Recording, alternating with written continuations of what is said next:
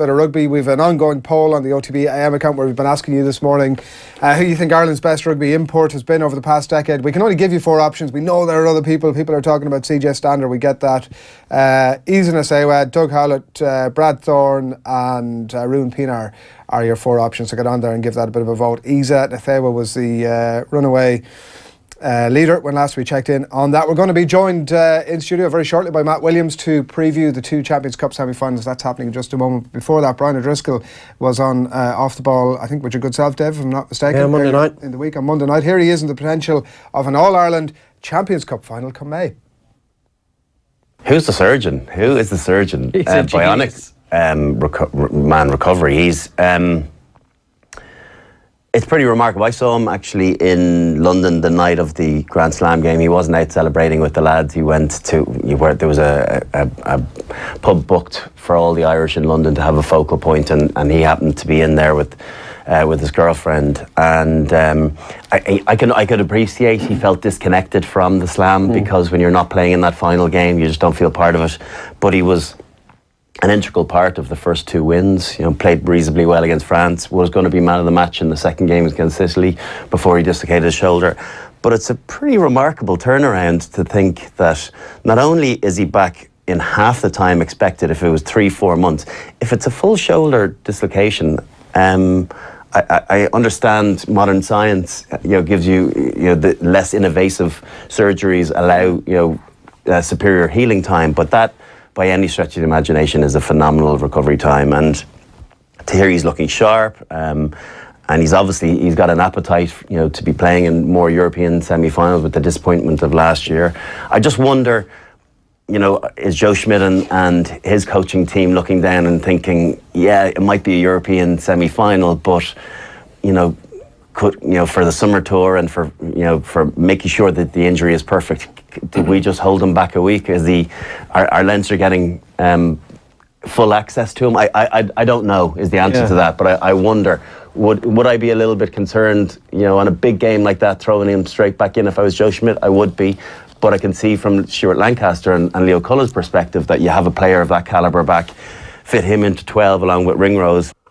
Yeah, that's Brian O'Driscoll during the week talking about Robbie Henshaw's unexpected return to the Leinster team. That's going to be confirmed, we're expecting, in little over 3 hours' time when the team is named for this weekend's Champions Cup semi-final. I am delighted to say myself and Dave have now been joined in studio by the one and only Matt Williams. Good morning to you, Matt. Hello, great to be here. Thanks, William, for coming in. Pleasure. No more than Kevin Kilban there in transit. You had a bit of a sort of a last gasp dash at the airport last night. I had a bit of a nightmare travel yesterday. Yeah, got in quite late, about 1:30, but the boys asked me to come in, so I'm here. You're looking fresh. You're looking fresh on it. He's just gone straight from the nightclub into the OTB AM studio. I've just had my daughter talk me into a 21-day detox after the Six Nations. So you've got me on a high point. Right, good. Right. You had like a plant-based diet or what's Yeah. Well, my daughter talked me into it, so I've actually enjoyed it. What are you doing? Oh, mate, you just basically cut down on a whole lot of rubbish and do some exercise, and it's nice. Yeah. So this is as healthy as we'll ever get you. That's it, mate. And then today I'm speaking at a charity lunch with some of the old Leinster players I work with, so it finishes today. Ah, brilliant. so I'm not doing anything tomorrow. So what we need a still frame photo of Matt around about 1 AM tomorrow morning, and then we'll put the 2 of them on screen on Monday morning show and just see how the 2 of them compare. Yeah, we're going to get to that easy to say the Robbie Henshaw point in just a minute, Matt, that sort of quick turnaround. But before that, we've been talking a little bit about Brendan O'Brien's written a piece in the Irish Examiner this morning about the greatest import into Irish rugby. We've a bit of a poll going and we've a bunch of comments that have come in on it as well. We could only pick 4, so that was how we went with it. And it's Isa Nasewa, Doug Howlett, Brad Thorne, Ruan Pienaar were the options we went for. Look, there's some more that you can pick. You can see the latest voting there, 56%. Isa is clearly running away with it. Doug Howlett in second. And we've had a bunch of contacts on it. Leigh O'Murku says, I wouldn't say diluted, this is about the Champions Cup rivalry, more than there's a greater mutual respect there now, both teams regularly being there at the end of any competition and so on. But the comment we want to get to on the greatest import is, barely needs a thought, says this contactor. Isa, says Brian O'Driscoll. Yeah, well, Brian would know. He would know. Yeah, I think well, on longevity and full commitment, this has had a phenomenal impact on Leinster and has played magnificently. You'd have to probably put Rocky Elsom in there. He's more of a one-off, though, isn't he? He was just like one season wonder. That you knew that's all you were getting out of him. Massive impact, but then he's gone. Yeah, I think Brad Thorne probably falls into the same category. The thing with Rocky, that particular season, he was the best player in Europe, and I'd be interested to hear what Brian and the boys from that team said. I don't believe Leinster win that European Cup without Rocky Elsom. He was incredible. I happened to be coaching Ulster that year, and we outplayed Leinster in Belfast by a considerable margin and lost because of Elsom. Right. He just influenced games. He just brought that hard edge that they were probably lacking. Just that little ingredient that was holding them back from going to that final level. Yeah, I agree with that, Dave. He was a tough guy, but he was also in the peak of his form. It's the best season from an Australian six I've ever seen. Right. You know, I was only saying that the other day to one of my Australian friends. The only other Australian six I've seen influence a season like that was Willie Offengowie many years ago, who was just awesome. But Rocky was sensational in 1 year. Issa and Dougie, you know, their commitment to Irish rugby over many seasons has been outstanding, so you've got to have them at the top. Brad Thorne, probably a little bit the same. Just an amazing man. I don't believe that that Dev Toner would be the player he is without having Brad Thorne on his left-hand side rather in a scrum for that season. I think he just changed Dev in that Leinster side. He speaks about that a lot, actually, about the impact he had. We were chatting about earlier on about sort of Dev.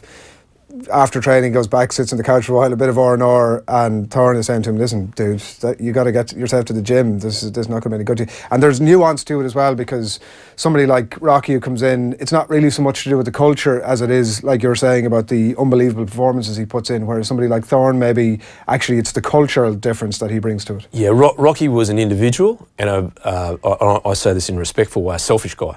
He was all about Rocky, his performance. He wanted to perform really well and did everything he could.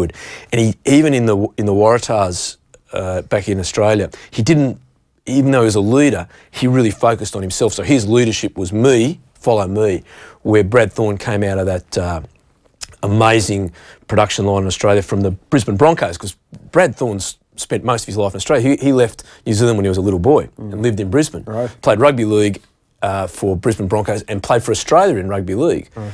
And I heard him speak, and it's a magnificent story. He only went back to New Zealand for his father, to honour his father. His father died when he was very young. Right.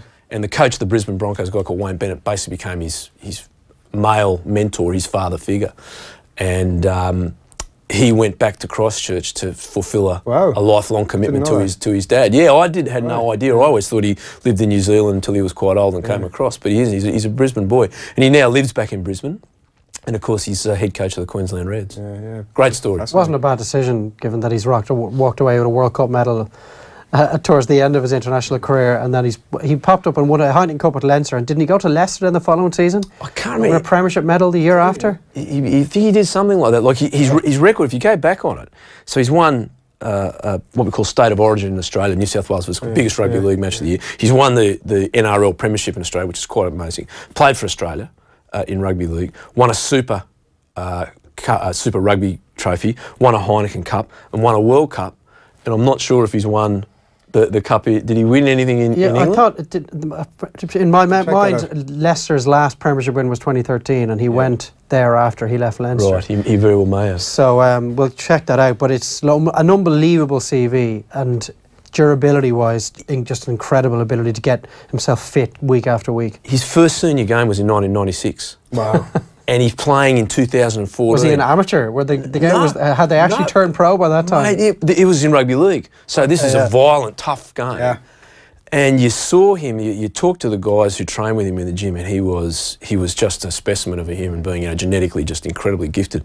But his work ethic and his drive and his determination. And you saw it, you could just see Quade Cooper and him in the Queensland Reds really getting on. And he just pumped Quade, you're out. Yeah, they wouldn't exactly be the same sort of... No, not his man. This has just turned into a Brad Thorne appreciation. I'm all up with that, yeah. He's a great guy. Yeah, so look, at needless to say, we've had a bunch of contacts on it. Dermot says, clearly nobody compares to him purely for the longevity and the quality that he's consistently produced time and time again.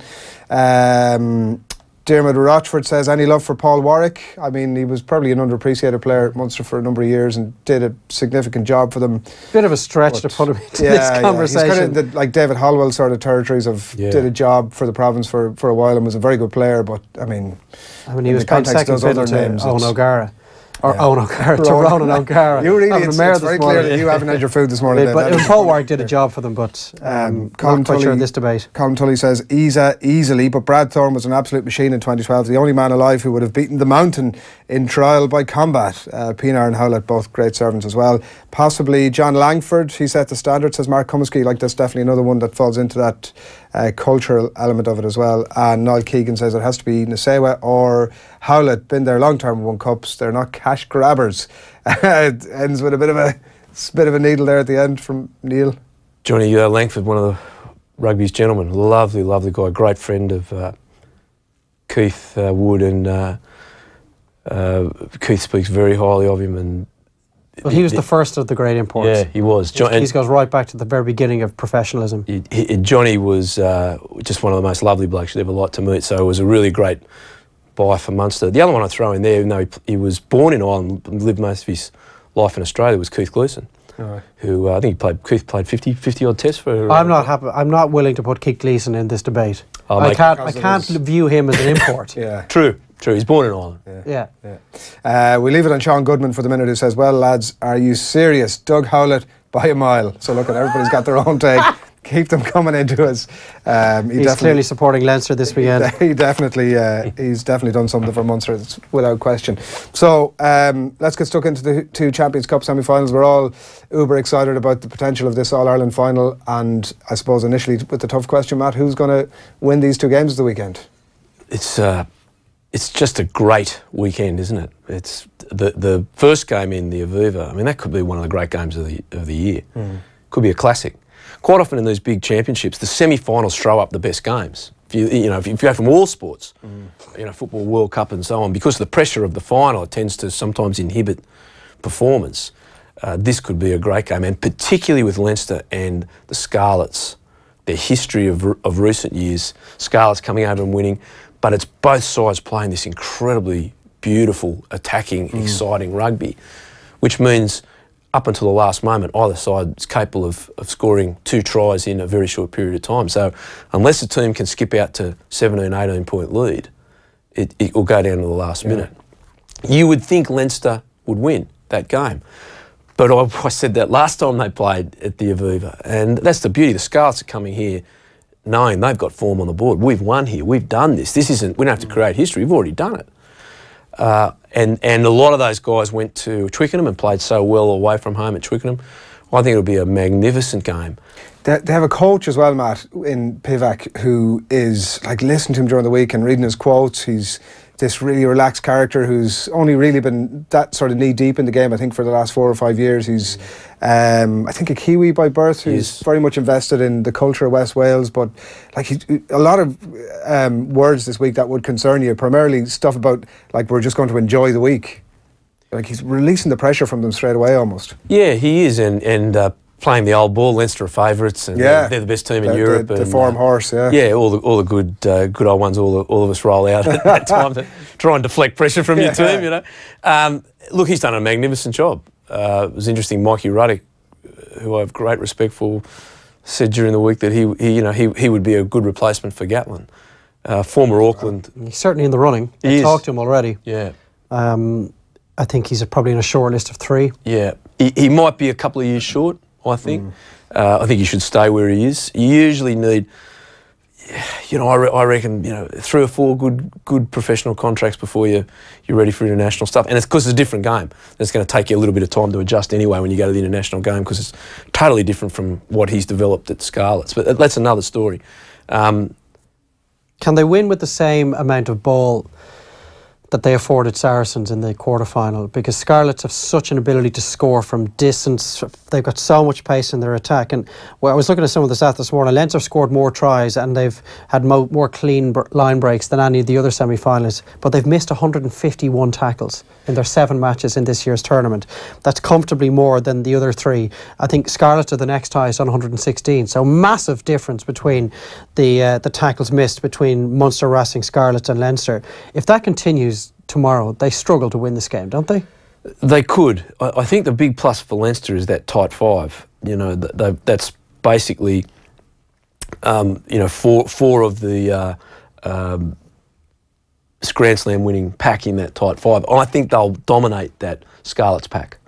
So it's a very strong Leinster pack of forwards. And you know, we talk about the running game. This whole running game is based on those 8. And they've played really, really good rugby.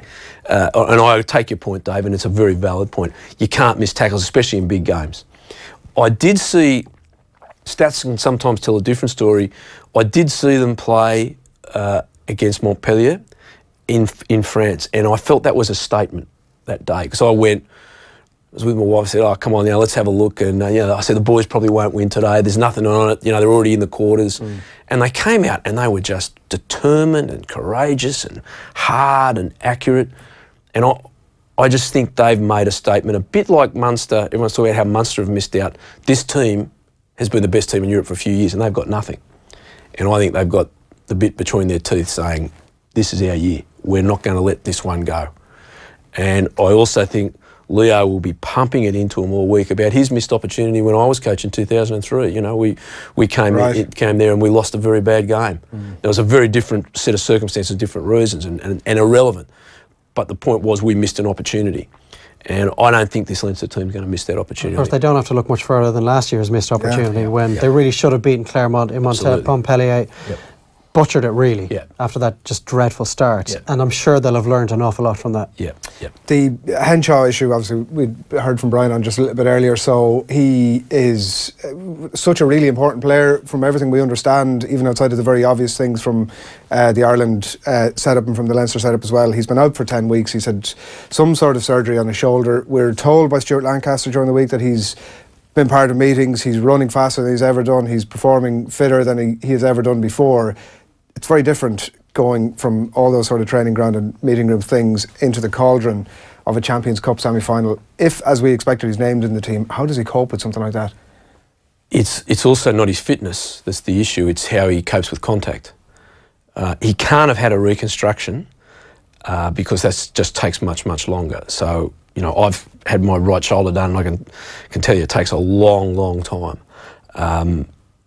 And as Brian has too, Dricky's had operations on his shoulder. So there's something and the medical staff don't throw people in too early. You know, there is Irish rugby has a great duty of care with their players, one of the best in the world. So he's cleared to play. We don't know the full medical ramifications. Is it a risk? I think it is slightly. Henshaw is a fantastic player. You know, again, you've got to say, if he goes on and that first big tackle, if he slides on to Williams, Scott Williams is the opposite, and that's his man in their system, he will leave his 12 and go to his 13, and he's got to throw his shoulder in, and that all of a sudden he feels bang. Will he have had any real contact in training? Yes, like, has that shoulder taken any punishment in the last week? The medical staff won't let you come back without doing a full. They call it a progressive return. So start off just on the pads, and then a couple do that for a few days, and you move up, and then there'll be controlled contact where I'm tackling that guy and he just runs, and then there'll be some free contact where there's just a game, and it's where you throw your arm out. The guy steps you and you throw your arm out that way, and it's weak at that point. And you do lose. So you're quite strong here. It's at your extremities where you lose your power. You just open the joint. Yeah. So it's the first big tackle is just a mental thing for him, isn't it? And look, he gets that out of the way, he'll be all right. It's like a guy coming back from a cruciate. The first time he has to twist and turn, then he can just go on, right, then he is fine. Yeah, Dave, you're just 100% accurate. It's when you stop thinking about it.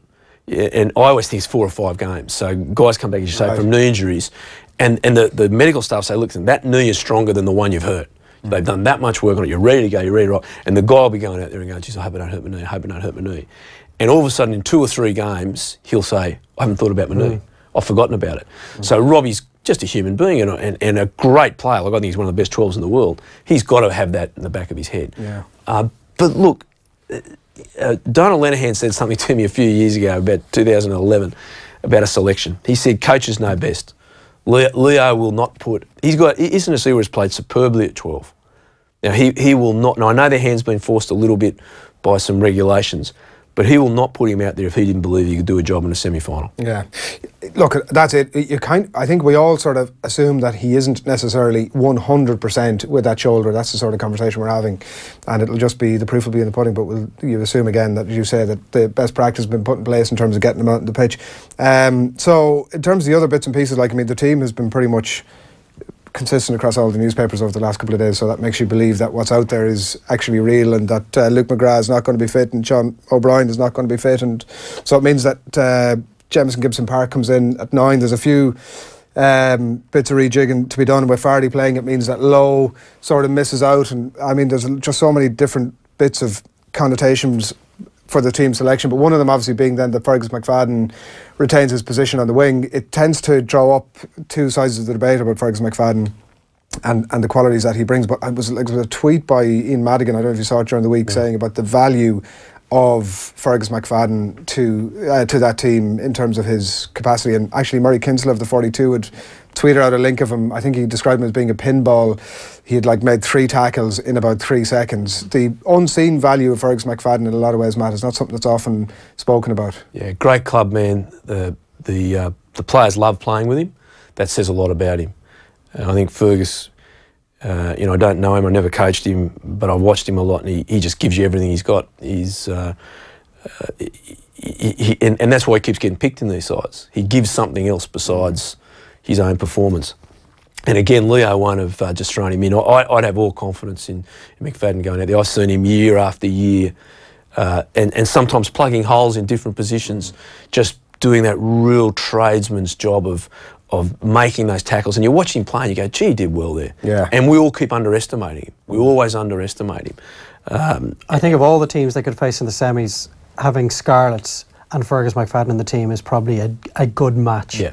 From a Leinster point of view. James Lowe, brilliant with the ball. He can unlock defences. He's got this really unpredictable element to his game, but he's not the best defensively, and you know that Fergus McFadden won't fall off any tackles tomorrow against maybe one of the most creative teams in club rugby at the moment. If it was a Toulon or a Claremont or a Racing Leinster we're facing tomorrow, you might want to see James Lowe on the team, because it could be a game that will be decided on one moment of artistry or a little bit of brilliance. Yeah. But you know McFadden's going to deliver an 8 out of 10 performance tomorrow. And Dave, that's probably counted against Lama for exactly that reason. You know, he's a young kid, unbelievable talent, but still not confident totally in his role in that system. And you don't want to be taking any risks if you're Cullen and Lancaster at that stage of the tournament. We think this guy is going to be a world beater down the track, but just yet defensively we're not sure. Not ready. So it's the same on the wing then, is it? Yeah.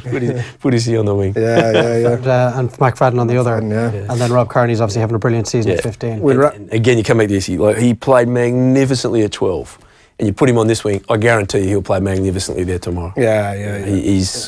He's just been... When he came back the second time, I doubted him. Yeah. I've got to say, I thought... Been out of the game a little bit. What are you doing, boys? What are you re-signing here? You know, is this under the old mates act? And, you know, I quite happy to put my hand up. I was very, very wrong. He's been superb.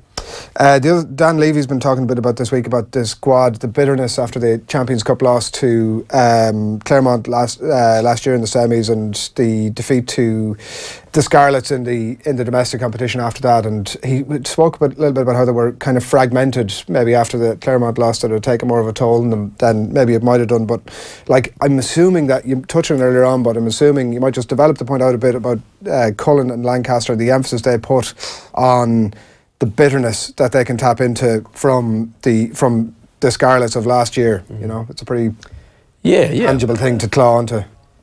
I think you tend to remember the pain of your defeats more than the joy of your victories in your career, and there's no doubt that especially I found for Irish players, that they can use past failures as great motivations going forward.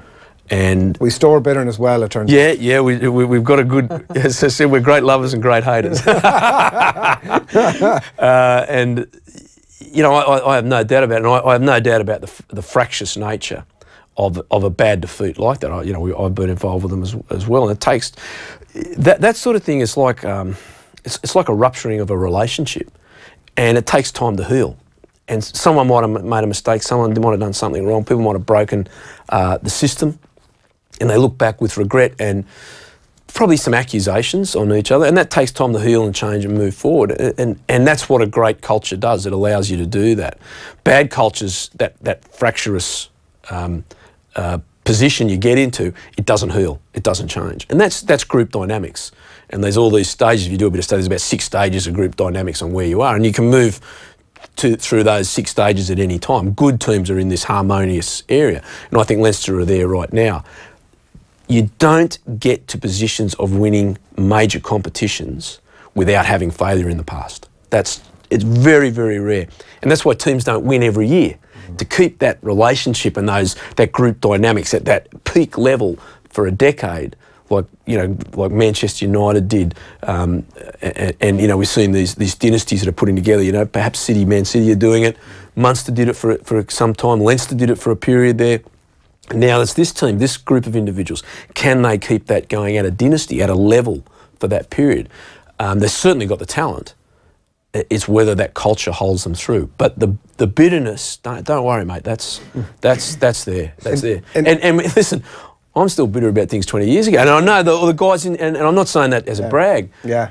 When I say bitter, it still hurts. I was at that semi-final at Lansdowne Road, man. I'm still bitter about it. Well, I've got to tell you how stupid I am. I've come over because it was a Perpignan, yeah. Yeah, it was. It was Denny Hickey. It was a dark day. It was the worst day of my sporting life. Set up the worst Heineken Cup final of all time. Yeah, an all-French final at Lansdowne Road that nobody went to. Yeah. We lost an unlosable, but every year I get an invitation to come over, and I think, that's nice, I'll come over. It's semi-final weekend, and all of a sudden I'm on the plane and I go, they're going to talk about 2003 again. I've been set up again for it. But it is, and you have those days in your career. I was talking to Ronan O'Gara there during the Six Nations, and Roger was saying about a few days, and that you can't believe you go into this cave, and you can't believe you're coming out of it, because your failure, you perceive it as failure and the pain. And it was interesting after the Grand Slam, where we were all saying the first emotion that everyone feels is relief. You don't feel great joy and absolute euphoria. That usually comes later, usually the day after, or hours after, when it sinks in. The first emotion is, thank God I don't feel that pain. I'm relieved. And you look around, you see your opponent, and that physical collapse. You see people after a big game, the players collapse, as in their knees just give way, they crouch down, they do all these things we do when we're animals to protect ourselves. And it's their emotion saying, I've just been emotionally really bashed up here because I've invested so much of my life and myself in it. And that's the joy and the disaster or the tragedy of sport. And it teaches us about life. We've got to remember why we play these games, to teach young people about life. They all came out of educational institutions. And so you can deal with it in later life. When something really, because losing a game of rugby is not a tragedy, That's not a tragedy. It's a disappointment. And sporting tragedy. Yeah, well, it's not. We shouldn't use that word tragedy. People, car accidents and things like that, they are tragedies. Losing a game of rugby, whether it was a Perpignan for me, that's not a tragedy in my life.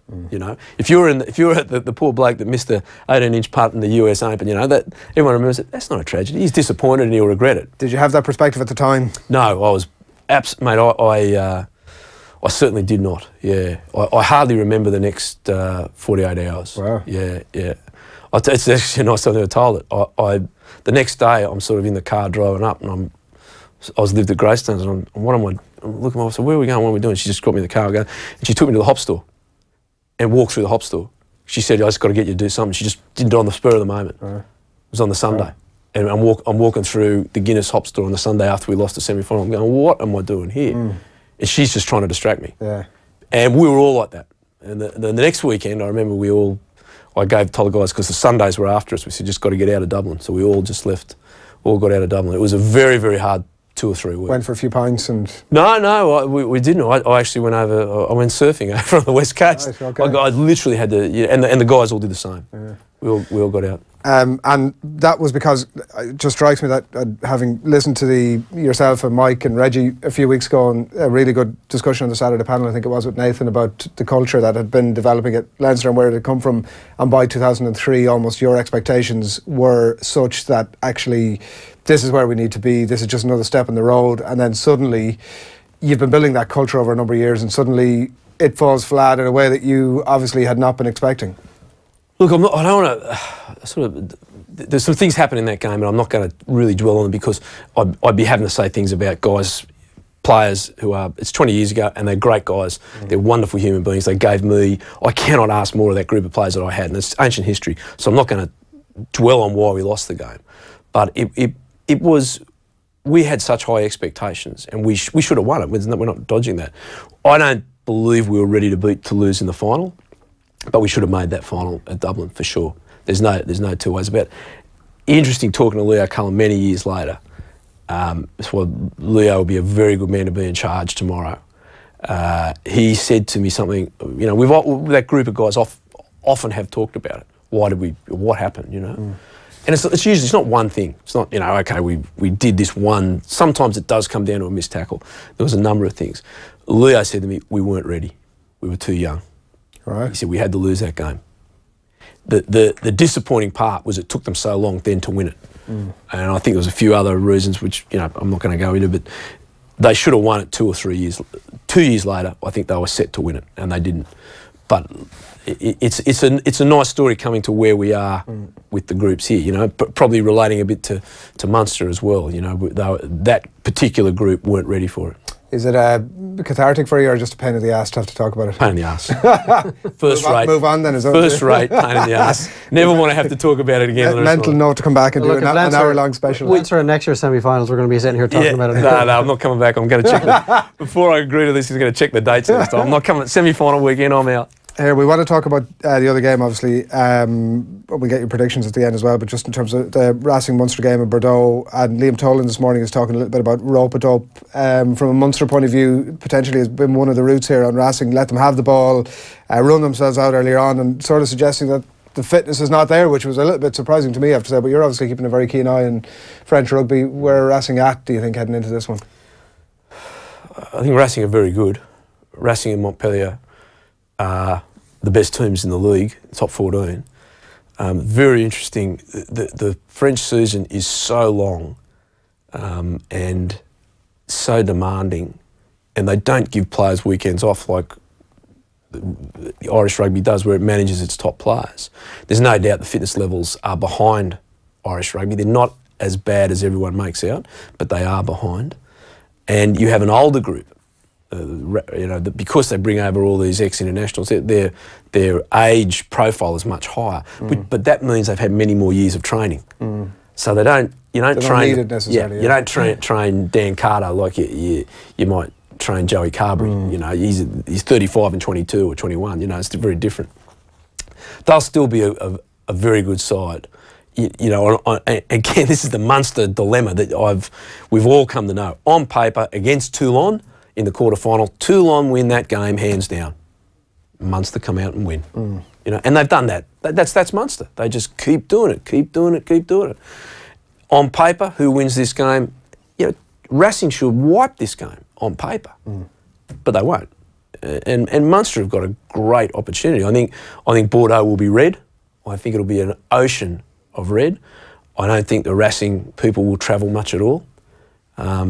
Bordeaux is an away game for Racing. It is not a home game.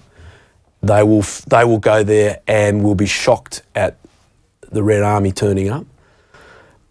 I think Coach Van Gratten will have turned the South African negative of having to go to South Africa into a big plus. I think seems to have been talking that way over the last couple of weeks, hasn't he? This was great, best possible preparation that we could have had for this game. They've had a 2-week camp. I was quite surprised the team he selected for his second game, but they've come out with 2 wins. They've got a few injury concerns, which, you know, is disappointing for them. But they've had a bit of time in the sun, got away from all the pressure of being in the bubble down in Munster. Business class flight up, you know, and they're coming for what Munster do better than anyone on the planet, an ambush. And they're going to ambush Racing. And look, both these semi-finals can go either way. But the second semi-final, the Munster Racing semi-final, on paper is like that. Right. You know, Racing here, Munster here. Right. But that's not the reality. One thing on that before we get your predictions, Ronald O'Gara in the Examiner this morning, again, he's talking about the quote here, if, and I'll emphasise that word, Racing perform as a team, they'll be grand. He's obviously not convinced. I'm reading between the lines here. He's, you know, the headline is, if Racing front up, hang in there when the going gets tough, I fancy them. Like, there's an inherent if in that, and potentially, even though he's not overtly saying it, they may not do that. Yes. Well, in which case, Munster will be going through it, you would assume. I mean, they are a team for a semi-final. Yeah, they are. Rog, you know, what a person to have. Munster man to his bootlaces and spent 3 years at Racing, so he'll know.